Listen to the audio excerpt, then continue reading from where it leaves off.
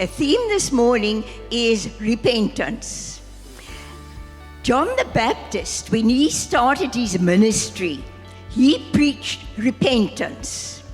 And when Jesus started his work, the very first, if I might call it, a sermon that he gave was about repentance. He said, we read that, we can find it in Matthew 4 verse 17 or in Mark 1 verses 14 and 15. Jesus said, and I'm going to read those two verses.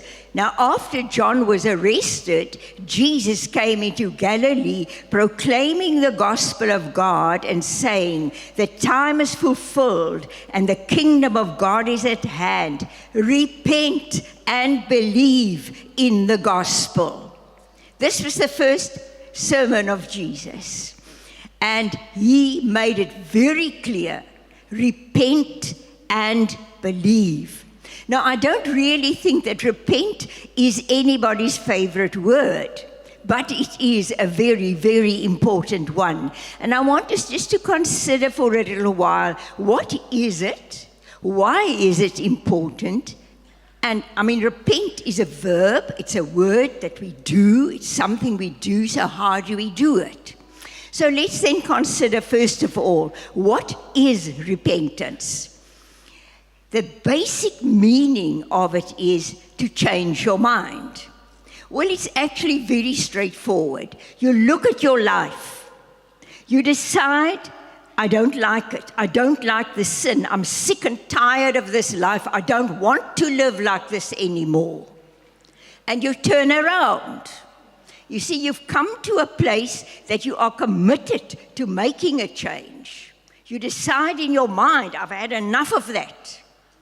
And you turn around. You start walking in the other direction. Now you are walking with Jesus. And this will then lead to a change in conduct. Spurgeon had a beautiful definition for it. I think it's up there. He said, repentance is to leave the sins we loved before, to feel sorry enough to quit. I think that's a beautiful definition of it. And let's just keep in mind, repentance is not an emotion. It is a decision. It's your mind that you use. It's a decision that you make. I am changing now. Emotion very often forms a part of it, but it's certainly not an essential aspect of it. Now, why is repentance necessary? Remember, when God made Adam and Eve, he made them perfectly. They had no sin in them whatsoever. But then Satan came and he tempted them and they sinned. And in that way, the relationship that they had with God the Father was broken. And from then onwards, everyone who has been born with a sinful nature. I think we all know that you don't have to teach a toddler to be naughty. That's something that comes just automatically. You've got to teach them to be good, to behave. So because why? It's not really their fault. They were born with a sinful nature. But let's look at those verses. Romans 3:23, I think all of us will know. For all, not a few people, but all have sinned and fall short of the glory of God. And then Romans 6 verse 23 follows very well on this, because it says, the wages of sin is death. And that means death, not physical death right away, but a spiritual death, that you are totally cut off from God. And if you should stay in that way until the day that you die, you will be eternally, permanently, forever and ever be cut off from God. And that is something that not one of us would want. But you know, the love of God is so incredibly great God made a plan, a wonderful plan. And Jesus came to earth and he died in our place. He paid the price for us. He took the punishment that was our punishment to take. And this was out of love. And we could again become reconciled to our Father. That relationship that Adam and Eve lost, we can get it back again. So look at that beautiful verse, Romans 5 verse 8. But God shows his love for us, that while we were still sinners, Christ died for us. So if we repent, and if we put our faith in Christ, we can be reconciled to our God. Is repentance, would you say it's therefore important? Most definitely. So then we come to the third aspect then, and that is, how do we do it? Now, first of all, we're going to consider, what about the person who's never committed to Jesus, who is not a child of God? Now remember, Jesus himself said that he had come to call sinners to repentance. He has come to call sinners to repentance. And in Acts chapter 2, we find this wonderful occasion that took place where the Holy Spirit came down in power. There was a mighty sound, like a loud sound, like a mighty rushing wind. And there were things like tongues of fire resting on the people's heads. And then all the 120 of them who were waiting on God, who were praying together in unity, they all started speaking in different tongues. And there must have been a loud noise, because thousands of Jews heard this noise. Was it the noise like the wind, or was it the noise of the people speaking? I guess possibly both of them. And they came, and there Peter rose up, and Peter gave a powerful message. He spoke about what God had done and what the people had done. He made it very clear to them that something had to be done about it, something had to be put right. And he spoke to the extent that eventually they shouted out, "What must we do?" And Peter said, "Repent and be baptized, every one of you, for the forgiveness of sins, and you will receive the gift of the Holy Spirit." His first word there was about what they should do was repent. It's very clear here, and in many other scriptures throughout the New Testament, every time it tells us that repentance is essential. Without repentance, there is no true faith. There must first be repentance, then faith comes after that. There are so many people around in the world that seem to be floundering about. They call themselves Christians, but there's no stability in their lives. There's been no real transformation that anyone could see. They don't know, they're not sure, are they saved or aren't they saved? I think in most of those cases the reason is that there was no real repentance ever, and that needs to be sorted out. There's actually a danger that preachers simplify the gospel too much. People who just say, "Only believe." That's not what Jesus taught. That's not what the apostles taught. Jesus and all the apostles in their teachings, they always said, repent and believe. There's got to be a day when you make a decision of your mind that you will not carry on living in the old way. You turn around and you walk the opposite direction with Jesus. In Acts 17 verse 30, the times of ignorance God overlooked, But now he commands all people everywhere to repent. And I put it there down to in the New Living Translation, so simple. God overlooked people's ignorance about these things in earlier times, but now he commands everyone, everywhere, to repent of their sins and turn to him. There can be no doubt. There's no uncertainty of it. It is made absolutely clear what needs to be done.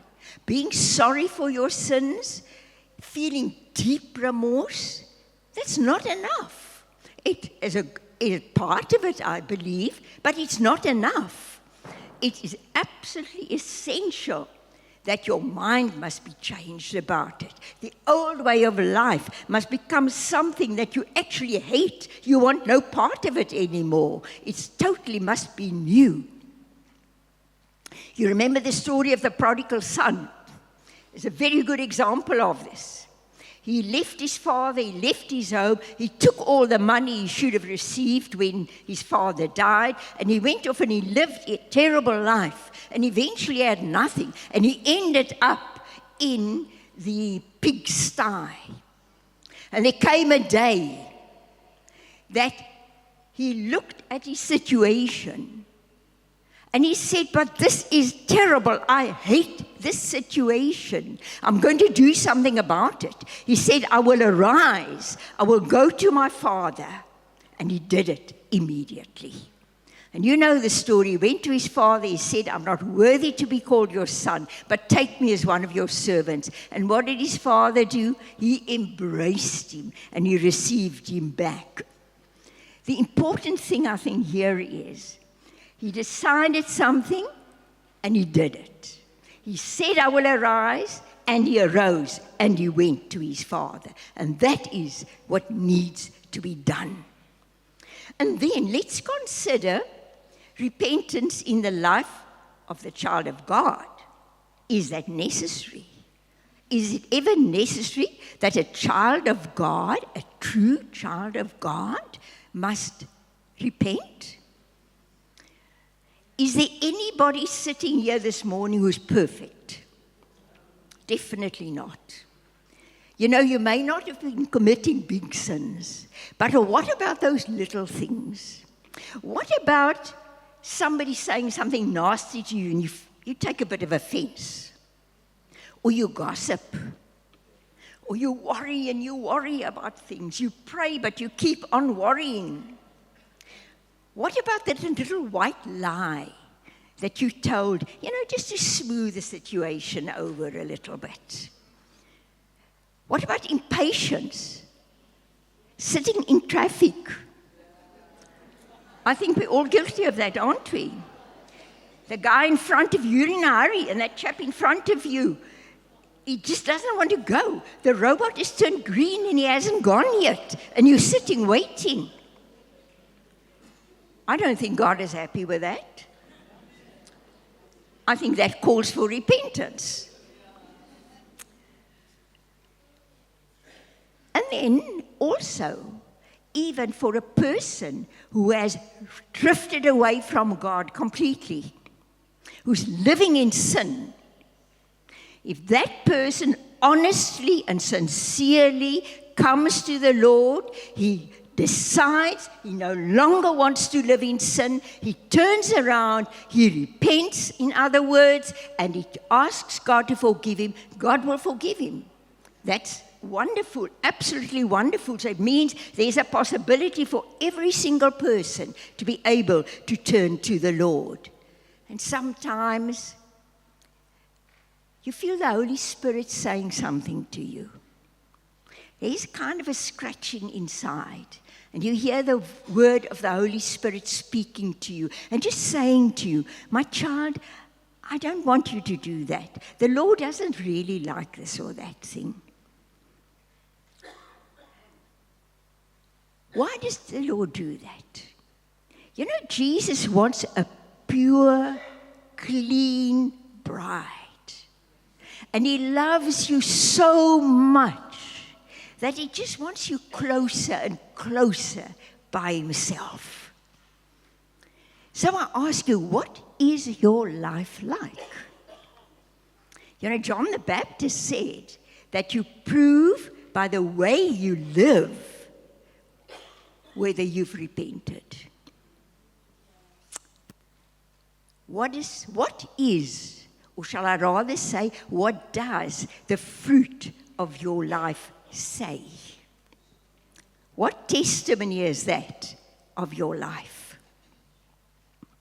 And also be careful that you don't compare yourself with other people.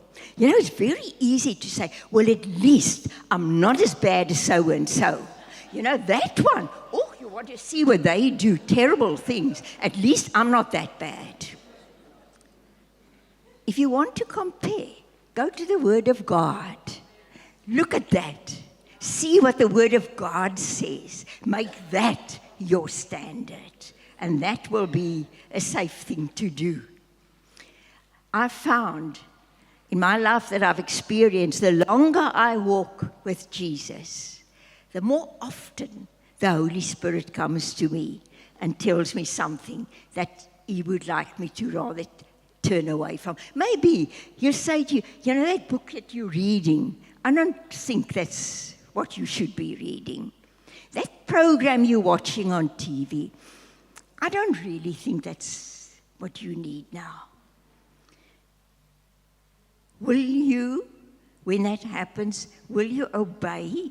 Will you listen, hear, and listen and do it? You know, when you repent of something, no matter how small, it's amazing the weight that comes off your shoulders. You just feel like rejoicing. You feel light. You want to jump and sing and dance and praise the Lord because it's glorious, that wonder that you experience of forgiveness. Nothing is too small and nothing is too big to repent of. There is not a sin that God will not forgive. Now, I know somebody will immediately say, yeah, but what about the Bible says the sin against the Holy Spirit won't be forgiven? Well, I want to say to you, if you have a desire to repent, if you have a desire to be forgiven, I don't believe that you have sinned against the Holy Spirit, because then the Holy Spirit would no longer be in you. He would no longer be speaking to you, and you won't have that desire. So we can accept that anything that we feel we want to repent of, God will forgive us. There's no doubt about it. Let's go and look at Titus 2, verse 14. Where did I write? Jesus, He gave Himself for us, to redeem us from all lawlessness and to purify for Himself a people for His own possession, a people who are zealous for good works. Well, remember, Jesus gave His life. He gave His life for you, that you can be freed from any and every kind of sin, that you can be clean. He wants you for His own. Do you realize that? It's incredibly wonderful to think that Almighty God wants you for Himself. He loves you so much. He wants you to be with Him, and He wants you to go and do the good deeds. And then look at Proverbs 28:13. Whoever conceals his transgression will not prosper, but he who confesses and forsakes them will obtain mercy. Do you remember Adam and Eve? They sinned when they disobeyed God and they ate the fruit that they were not supposed to eat. And what happened? Their eyes were opened and they saw that they were naked. And suddenly they were terribly embarrassed and ashamed, and they didn't know what to do. Before that, the glory of God was over them. It was being without clothes was not a problem whatsoever. But now they went and sewed fig leaves together. to cover themselves. And then towards evening, when God came, they had such a wonderful relationship with him that God used to come towards evening and he would walk with them and talk with them. It was absolutely wonderful, this relationship that they had. But now, when they heard God coming, they went and hid amongst the trees. And God called, "Adam, where are you?" And you know the story. The outcome was not good. Don't try and hide away anything. God sees right into the very inside of you. There's no sense in trying to pretend that you haven't sinned. Let's rather get it out in the open, repent, and move on from there, and God will bless you. What a blessing it is for us that we can do that. If we don't do it, we will be miserable. We will be guilt-ridden. Life will not be happy at all. Rather, return to the Lord and Him. Now, in this series of talks that we are doing, or messages rather, I hope they're not just talks, we asked to give a testimony. So for me to give you a testimony of repentance in my life, well, repentance and salvation go together so much that I could not separate that. So I'm going to tell you how I came to be a child of God. When I was 13 years old, now that was many, many years ago, I don't think I knew what the word repentance meant. But on that occasion, I did what repentance requires. So that boils down to the same thing. The Lord had blessed me by not allowing me to get into big sins. In fact, the biggest sin I thought of that I had done was that when I was in grade 3, we were allowed to read library books from the front cupboard in the classroom when we finished our arithmetic. Now, arithmetic I found very easy, and I'd always finish quickly, and I would read. And that one day, it's such an interesting book, and I couldn't finish the story in time. So I slipped the book into my bag to take home to go and read in the afternoon. And I wasn't intending to steal it. I was going to put it back. But I just couldn't find an okay day to go and do it because I was scared other kids would see me taking it out of my bag and walking to the front with it. And it used to worry me. I would lie at night and think, "Oh Lord, please let me not die because that book." Anyway, a couple of years later only, I left it in the classroom to get rid of it. But, I grew up in a Christian home. My father was an evangelist, and he was also a very strict man. I don't think that any of us had any opportunity to do anything big that was wrong. But at the same time, there was an unhappiness inside of me. I knew that I had to come to Jesus. But amazing thing was, I didn't really know how to do it. It seems strange in a home like that, but I didn't know. And I kept on saying, "Lord Jesus, please save me, please save me, please save me." But no assurance did I get. And I was fed up with my life. I became fed up with a life where I wasn't sure about Jesus, where I desired to belong to Jesus and have Him with me. I wanted to know Him better, and I didn't have it. So my mind decided, I'm not happy with this at all. And then, as I said, when I was 13, we went to a conference that was held in a big tent on a farm. About 2 years before that, the owner of the farm obviously was a child of God. They had asked my father if he would start an annual conference on the farm. And other speakers had then been invited, and it grew. And that year in the September school holidays, our whole family went. And it was a Tuesday evening. And I remember Mr. Pierce preached. What he preached about, I don't know.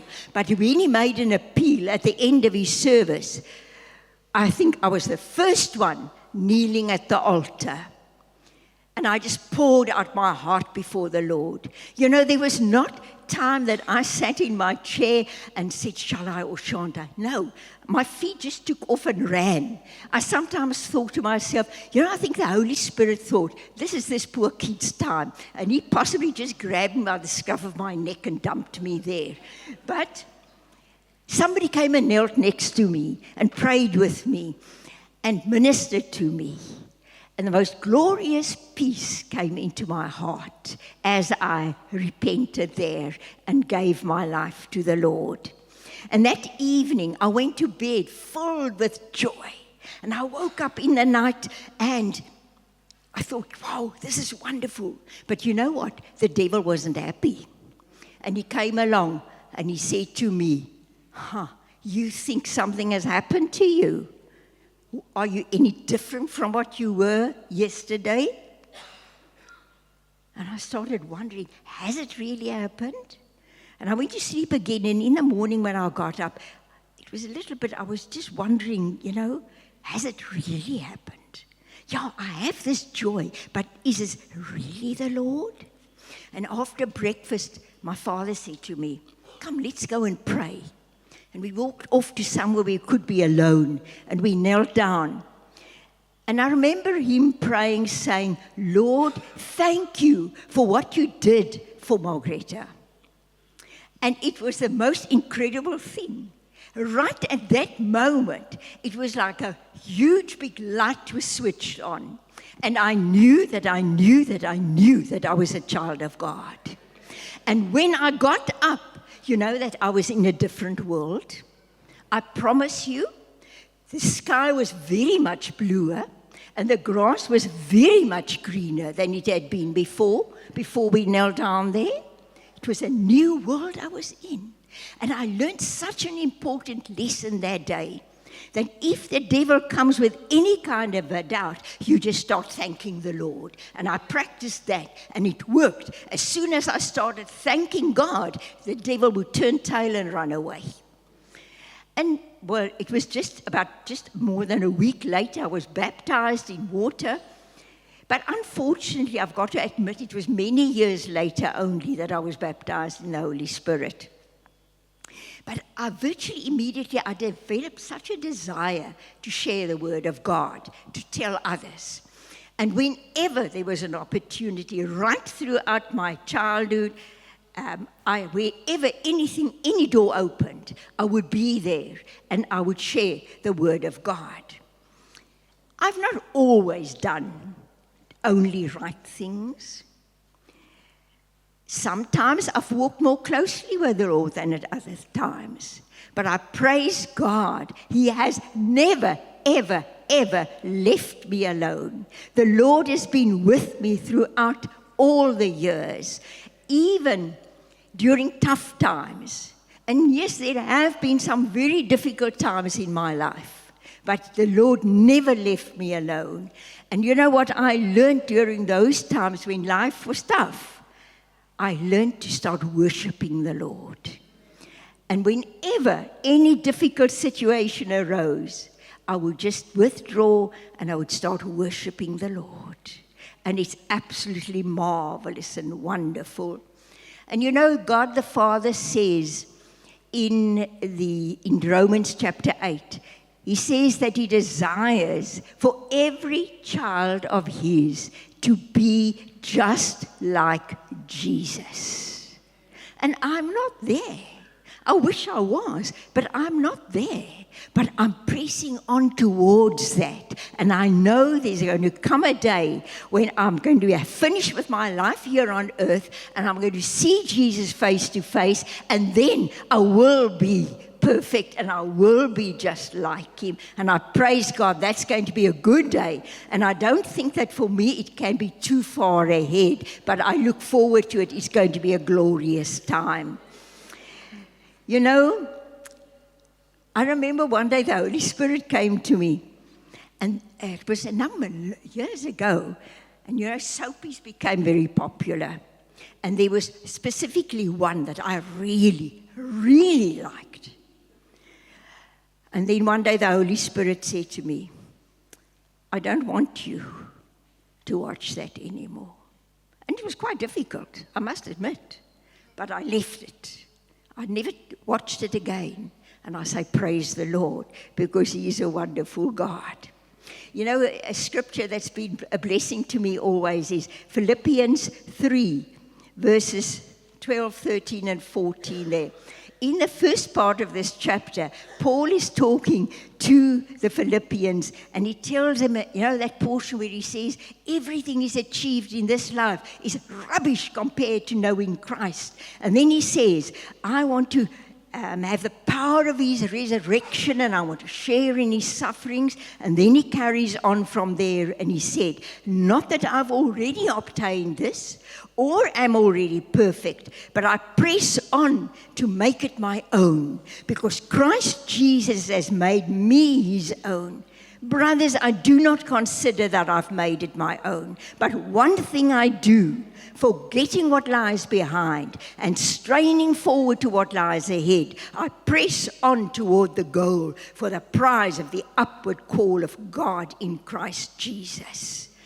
Paul stressed he was not perfect. He was still living in a fallen world, and he was still doing things that were not perfect. But his goal was to get there. And Paul always had a heavenly goal, some purpose that he was working towards and he was aiming towards. And I believe that is so very, very important. I'm so thankful for everything that I've experienced, everything the Lord has taught me. And you know, the tough times, if I had not experienced that, I wouldn't have learned all the things that I did. And I praise God, and my greatest pleasure is to serve Him and to share the Word of God, to share the story of the gospel. You know, when those two men walked to Emmaus on the day of resurrection, God opened their minds that they could understand the Word. And He said to them something very special. He said to them, repentance for the forgiveness of sin should be proclaimed to all the nations in the world. They had to start in Jerusalem. But take note of that. Repentance for the forgiveness of sins should be proclaimed in all the nations of the world. It's a task that the child of God has. Repentance for the forgiveness of sins. That is how sins will be forgiven. God is always calling people to repentance.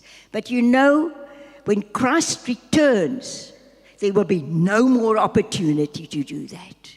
That day Jesus comes for you or for all of us, no more will we be able to repent. Not on that occasion, not ever afterwards. So it is imperative that every single one of us has got to make a decision about what we're going to do about it, whether we're going to repent or not. And I'm going to read a few verses from Psalm 139. I want to read the first two and the last two verses. He starts off by saying, O Lord, you have searched me and known me. You know when I sit down and when I rise up. You discern my thoughts from afar. And then verse 23, search me, O God, and know my heart.